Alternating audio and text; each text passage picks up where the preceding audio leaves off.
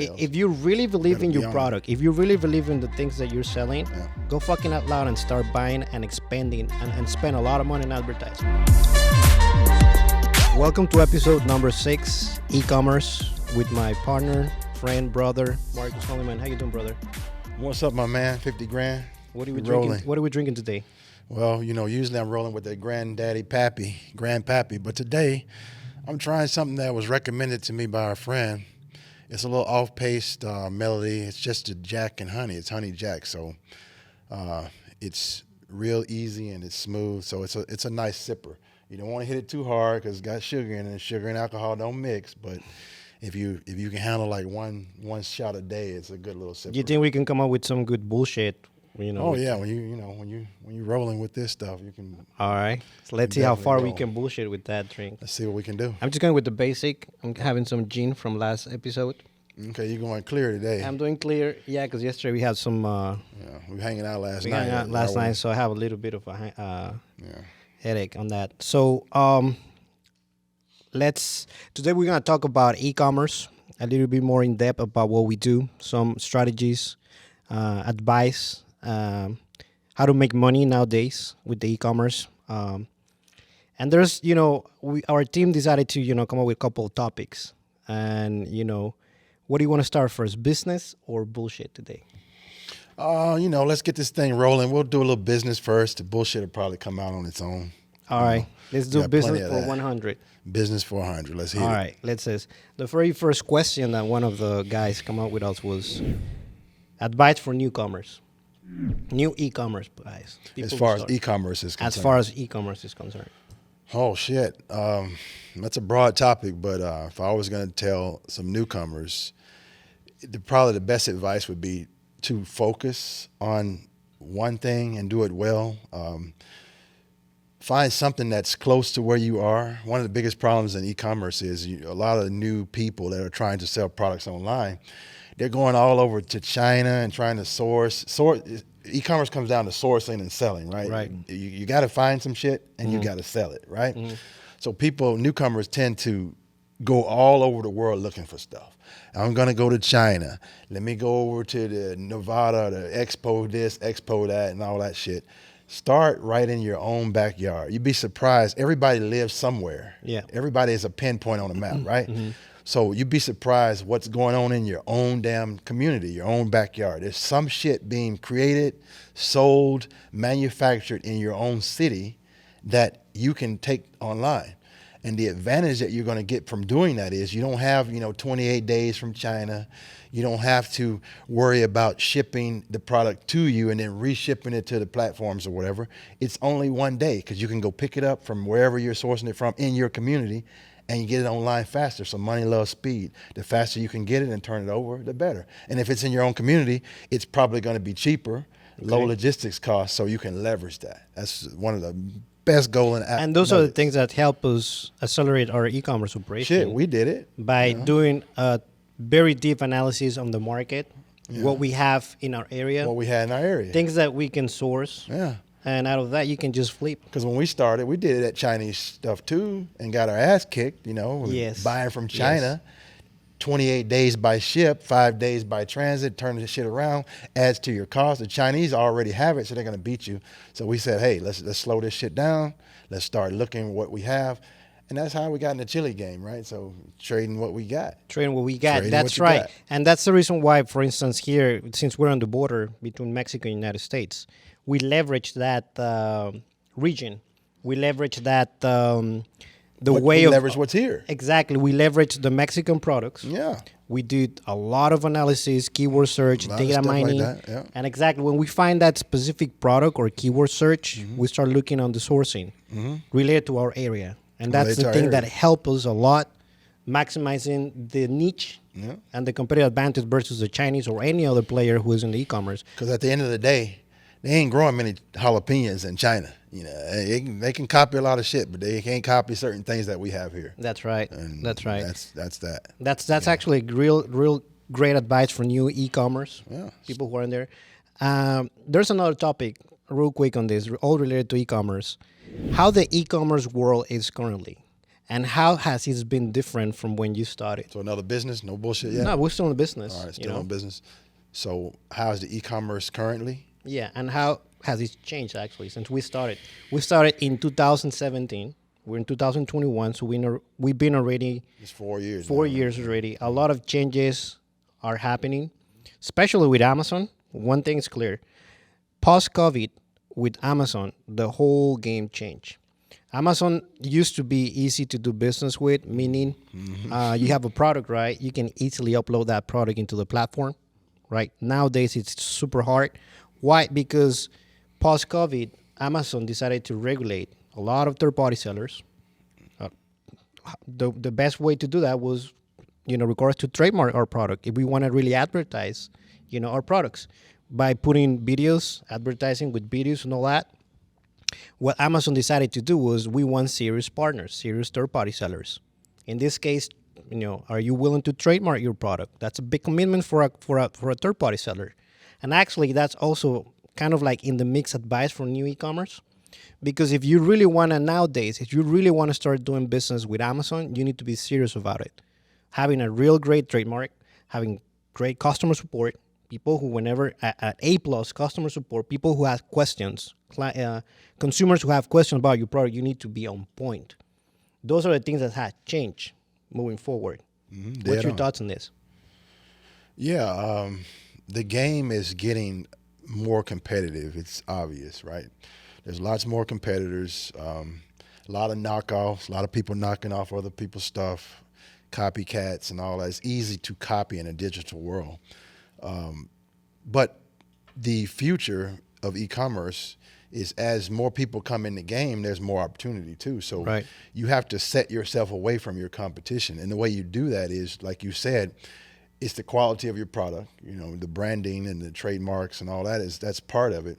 Another thing is you're going to have some type. Customer service is also a great way to separate yourself, because a lot of people can knock your shit off, but when it comes down to customers having questions and stuff like that, those are selling opportunities and those are bonding opportunities with your customers, your base, right? Right. So the future of we call it e-commerce 3.0, because we're in the next phase of it, you're going to have a relationship with your customers. That's right. You're going to have an audience that you can tap into at will. So relationships beat tactics and algorithms and fancy tricks. Right. So in order to set yourself apart on Amazon or any other platform, you're going to have to build a relationship with your customers that you're getting off of these platforms. So that's a big one going forward. And the way you're also going to do that is you're going to also have to take it up a level. So video is now king. You're going to, if you're selling a product, the best way to sell the product is to demonstrate the benefits of the damn product, right? So you're going to have to make content that's around the usefulness of that product and how it serves other people's needs or their desires. So that's the future. And we're talking about still Amazon platform, because, we got to understand Amazon is 65% of the e-commerce nowadays.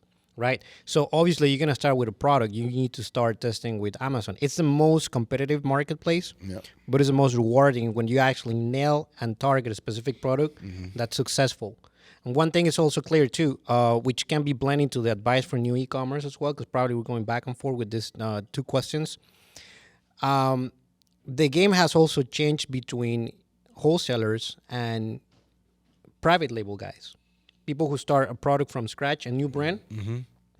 Thank God when we started as a private label, which means a white label product that start from zero. No marketing, no branding, no nothing.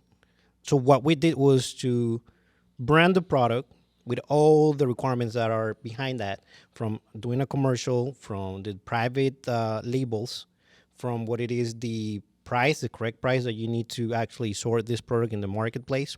Well, at the same time, the type of advertising you're going to push, digital advertising that you got to push on this, the listings, trademark the brand, bundles and stuff like that, right? Versus the other side, which is wholesale. Wholesale nowadays is extremely hard. The margins for wholesalers who wants to just flip on Amazon, it's insane. Sometimes we call it arbitrage too, retail arbitrage, wholesaling. Yeah. Sometimes you talk about 5%, 10% margin. At a 5%, 10% margin, any additional competitor might really fuck your game. Or you don't have any margin to advertise or promote. You know, you're fighting for such a small margin of profit. You don't have any room to operate. You know, so it's getting tougher in that respect to just flip. You're going to have to bring more value to the table and plug that value into some type of relationship. Right. Let me ask this question. Last 2 days, I was reading the annual report, the earnings report from Amazon, and without going into too much detail, third-party sellers, right? Those third-party sellers who sell to Amazon, right? Mm-hmm. From 53% quarter over quarter, went all the way up to 56%. More third-party sellers are already being part of the family of Amazon. Mm-hmm. What do you think is going to take? You know, are we going to have, once you have a lot of third-party sellers, you know, what's going to happen to the platform? You know, what's your thoughts on this? How do you think it's going to freaking change? Yeah. Well, third-party selling is what saved Amazon's business model. When Amazon started, they were a bookseller primarily, way back. I mean, we're talking way back. And they discovered that your capital can only go so damn far. We've experienced that too. You can only buy, because when you take a product to market, you have inventory costs, production costs, shipping, transit, right, storage, you know, warehousing. So you can only have Amazon is the everything store now. Right. Well, hell, they got money, but they ain't got that kind of damn money. Yeah. You ain't got enough money to do all the products in the damn world. So what actually saved that business model, they discovered when they were playing with books, they started running out of money. Hey, this is being 10 deep in every book. That's a lot of damn money. Yeah. They said, we better come up with some shit here. So they discovered that, you know what, the power is in the platform. So we'll bring other sellers in here and leverage their money.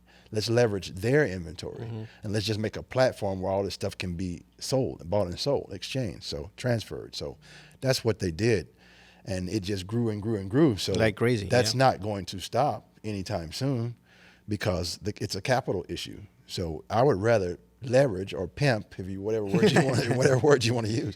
I'd rather leverage somebody else's money and get my cut, because believe it or not, e-commerce or any business is only 100% of the pie. So if I got to do 80% of the work for 20% of the pie, or I can do 20% of the work for 10% of the pie, I'll take that 20-10. Right. You know, it's just easier money. And that's what Amazon does. So we know for a fact from ourselves, right, that they get that 15% no matter what, off the top, whether we make money or not. If it's sold on their platform, they're getting that 15%. Right. Well, shit, that's the damn profit. You know, that's the money. Yeah. And I think the game, it's going to be more creative, because look, one thing is clear. We something I have noticed, we talk about e-commerce, but at the end of the day, e-commerce right now, it's early beginnings is Amazon right now, because that's when you have to start. You know, you have a product, you start with Amazon. Yeah, you can go to Shopify and start, you know, advertise your shit on Google Ads, shit like that, but it's super fucking hard. It's hard to buy acquire new customers. It's super fucking hard on that. You can do eBay. Yeah, the eBay is also a good market for flipping. You can go to the garages and, you know, Gary Vee actually doing that. And, you know, he has actually the show about, you know, go flip to eBay is like the world's biggest garage sale. Sales and all that. It's a different market, but you have Walmart. Walmart platform is also up and coming. Yeah, it's up and coming, but it's too slow. A little small. It's hard right now to understand how slow Walmart is, and they're picky. It's a huge elephant, right? Yeah. That can be a big player in e-commerce. But the problem but it's gonna take time, because the problem with Walmart, it's their platform, the way to actually deal with them as a partner with your products, upload your products, send your products to distribution centers. It's a fucking nightmare. Their system, their software, their platform is too slow. But there's so much potential, because they know they have the demand, and they can kill it. You know, once they're improve their software, their systems, their distribution, their logistics, just like Amazon. But now going back again with Amazon now, you know, one of the things that I believe is going to happen or has changed also, it's the level of third-party sellers. Everybody wants to sell now on Amazon, because, you know, it's a platform. So one thing I see clear that might happen in the future, and on how actually it has changed from when we started, it's the creative process of selling your product on Amazon. Nowadays, you can do bundles. You aggregate products, right? You bundle that up and you create a listing on that. Back in the old days, it was just one single product. right? It was very rare to have bundles unless it was needed. It wasn't needed at the time. Because for the consumer, it was easier to say, you know what, I'll just buy here and I'll just keyword or I'll just search this other product and I'll start adding to the cart. Well, it was easier for the seller. Why would I bundle if I can make money on one? Correct. And the bundle was on the cart. You start selecting stuff, shit like that, right? And you put it on the cart, right? And that was a bundle nowadays. Now, because of there's so much competition, the best ways to get creative, steroids now. And it's bundle on steroids, just like you're saying. If you want to sell, for instance, I don't know. Just look at our candy, right? Instead of just selling one off, here's a lollipop. We bundling 16 different kind of candies in one product. That's a lot of work because you're talking about 16 tons of different things. But but time allowed, but that's required to dominate the candy in order to be number one. Yeah, right. Required. And the creative process obviously is going to be more needed, right? Yeah. That's one. Second, obviously, I think what you mentioned earlier, the content is going to be also. It's going to be essential. You ain't look. Let me. Where's the camera at, production man? Where's that? That one. This one. All right. I'm telling you right now, you ain't selling shit in Web 3.0 or e-commerce 3.0 if you're not producing content, because content is required. Hell, you can't even advertise today. You can't buy ads without content in the ads. They won't even let you run an ad without it being content. So the future of e-commerce. Let me say it a different way. The future of e-commerce is in content. You're going to have to produce some type of content. And the best content to start with, obviously, is content that helps the customer understand the benefit of the product in their world. They don't give a shit about our world. Right. Customers are in it for themselves. WIFM, right? What's in it for freaking me, right? Right. Customers are in it for themselves. So you have to appeal to their interests, not our interests, not your interests, not any business interests. Your interest has to align with what they're looking for. And most of the time, people's come down to a few things, right?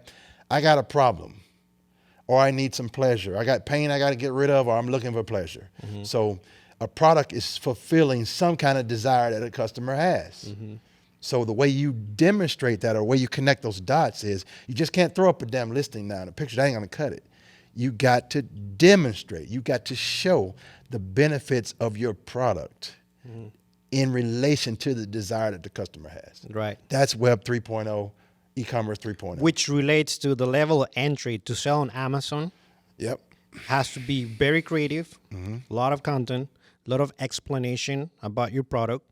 You need to start with a brand. Fuck around the wholesalers, because the wholesalers is dead. Don't even waste your time with that. You waste your time trying to just wholesale one product to another. You need to build your own brand. And in e-commerce, building your brand, it's for a long term. Everybody knows that. You got to play the long game. You got to learn yeah, exactly. Everybody knows that. The advantage that we have is those platforms out there, Amazon. You get traction faster. Facebook, even social media, allow you to really enhance your brand. And make e-commerce and get traction faster. And you need to spend money on advertising. You need to have money to spend on advertising. There's people who still, it just amazed me that there's a lot of people out there who wants to sell their shit online, but they're afraid to spend a dime on advertising, on digital advertising, on having a $1,000 budget or $2,000 budget or a $3,000 budget. Last year we spent $450,000 on advertising just in Amazon. That itself allows to have a $1.6 million return on that. Mm-hmm. But if you're really still afraid to do that shit, your product is gonna be still organically on number fucking 20. And nowadays ain't nobody gonna see it but your grandmother, your cat, and your cousin. That's it. Exactly. Nowadays, if your product is not on the top 1 to Forget all the way top 4, top 5 on the ranking search, you're over. And the best way to accelerate that process, if you really, you better fit on this screen. Exactly. So the screen's going to hold about 4 or 5 products. Yeah. Thumbnails. If you really believe in your product, if you really believe in the things that you're selling, go fucking out loud and start buying and expanding and spend a lot of money in advertising. Because you have something good versus the competition. Well, advertising has to be in your metrics. Yeah. It's got to be part of your product development. Right. Advertising is in there. Right. If it ain't in there, then you need to do something else. You're slipping. You're slacking. You're coming up short. You ain't. Look, e-commerce is a craft. You got to learn your craft. And if you don't know how to play the game, you don't know what goes in it. Advertising is definitely part of the product cost. It's part of the package. you're coming up short. All right. That's enough fucking business. No business, man. Let's do some bullshit, Let's man. do some bullshit, bro. Damn. Let's bullshit. But that Do was what we that, do best. that was a really good jam about e-commerce. Yeah. And I think moving forward, we need to I think we dropped a couple of nuggets that if people, kind of pay attention to that, there's some nuggets in there. Yeah. And those people who have some questions, come reach us out. Drop some comments in here in our platforms. Comment. If we don't get to it, we got our team. Comment with us. We're going to be here. We're doing this shit for the long term. So reach out to us, and we're happy to help. Let's talk about more e-commerce on the upcoming episodes too. Absolutely. As well, right? Especially Amazon. People are so interested in Amazon nowadays. They love it. They can't get enough of it. They can get it. It's But now, speaking of Amazon now, let's talk about our boss, our real boss. Rolling with Jeff. Rolling with Jeff Bezos. Pimp Daddy Jeff. Pimp Daddy Jeff Bezos, who recently... Jeff is a pimp. He's a pimp. That's a pimp. He's a godfather. He's a pimp. Yeah. He's a godfather. Yeah, Jeff's got it. He's right? rolling, yeah. But, speaking now of Amazon related to now Jeff Bezos, there's one interesting topic that our team came up with. I'm going to read it to you real quick. It says, what do you think about people that hate Jeff Bezos but religiously buy on Amazon? That's a great bullshit, Yeah, that's a good one. Because, you want to start? Yeah, I can drop a few points on that. Look, Jeff, what's funny is Jeff used to hang out like 70 miles up north of here. Cotulla. In Cotulla. His grandfather was from Cotulla. Yeah, he's actually, got some roots from around here. So, look, this is the game, right? I used to hang around with some in-run guys, and, them guys was nerds until they hit it. So Jeff was a nerd too. He was the biggest nerd out there. He had a stupid-ass laugh. He had one of those nerd bodies, and he was what I around. wish we can have? I guess later we can have that. Whenever we talk about Jeff Bezos' laugh, we need to put his laugh. Man, I can't even replicate that shit. I think our boy can do that in the next episode. Jeff Bezos sounds like a zebra on fucking crack or something. That's really good. A guy like Your boy was like nerd. He was. If you look up nerd, his picture. He's gonna be right there. He's like the top one of those guys. He's on Wikipedia for that shit. So anyway, he kind of hit it. He went into the Wall Street world and it's a quant. yeah, he did that. And he found something that was growing, the e-commerce, not e-commerce, it was just web in general, was growing very rapidly.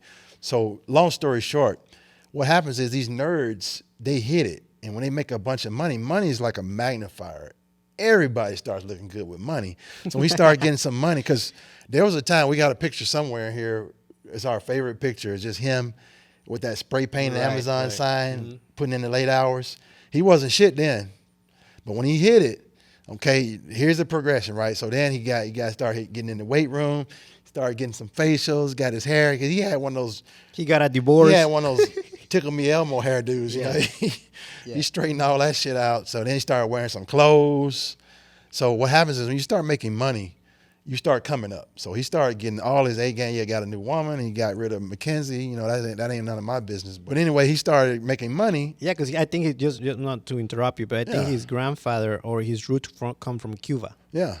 Yeah, so his it makes sense, foster right? family. Yeah. Foster family. Yeah. So I'm sorry to interrupt your train So of no, thought. he just started coming up. And when you come up, you're going to get haters. There's people that hate on him too.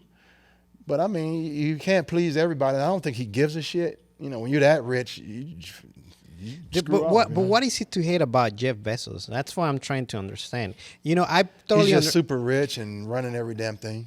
I think those who actually hate Jeff Bezos comes from the political standpoint, kind of like a movement that somebody's financing that kind of like bad branding for him because of different things that he's doing. Because he's controlling and loving a lot of different things. Now he got into it with Trump and all this shit, and he bought the Washington Post. So we know he's kind of got a left liberal side to him.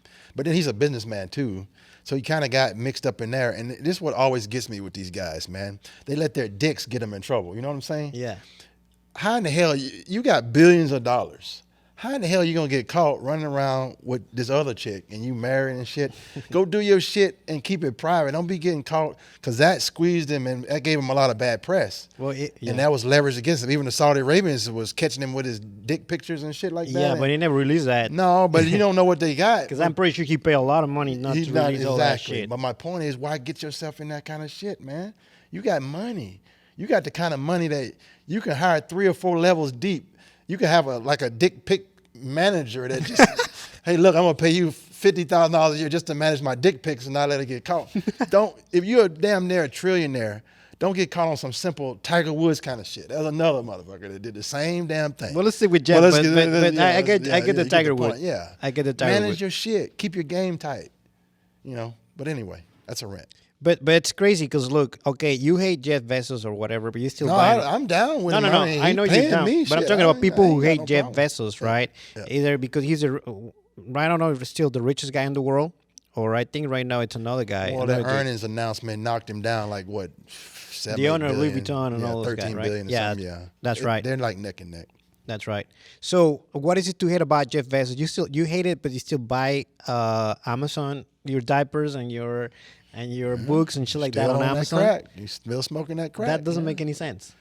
Well, people gonna do what's convenient, Just because they don't like him, they're not gonna stop shopping on Amazon. Amazon is convenient for them. They're not gonna stop that shit, no matter what. Jeff Bezos can moon. He can get on cable TV and say, "Hi, I'm Jeff Bezos." Pull down his pants and show his ass. Is not gonna stop people from buying on Amazon. That's convenience. People don't give a shit. At the end of the day, I guarantee you, the biggest haters on TV that's hating on him got Amazon accounts. So people not gonna stop. Trump probably got it Prime, So it's people talk out of their mouth and their ass is doing something different. So yeah, it ain't gonna stop. Crazy. That was a good bullshit on that. That was a good one. They hate us because they ain't us. Exactly. Exactly. All right. So last one before we wrap up this quick podcast, because we decided to do the bullshit at the end. Do the bullshit at the end, right? So last one that our team came up with, which is kind of interesting. It's if you have to sell other products, diapers, CBD, you name it, how would you do it?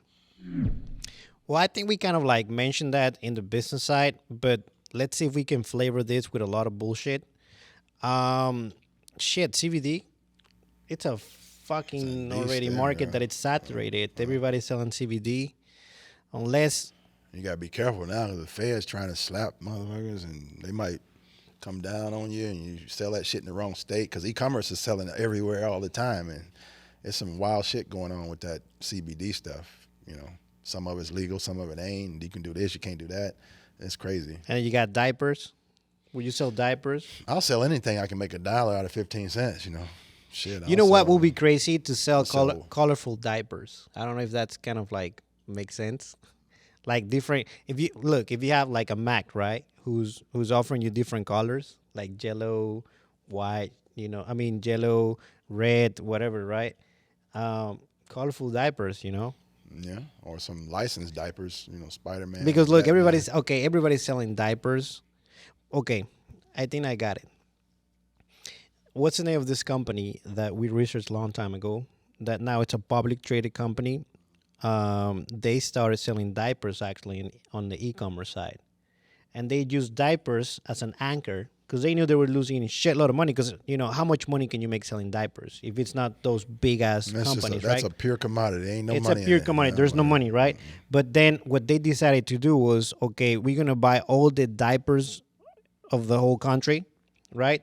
No matter what's the price, could be wholesale, retail, whatever. They just decided to acquire a lot of inventory of diapers. Talking about like boxed?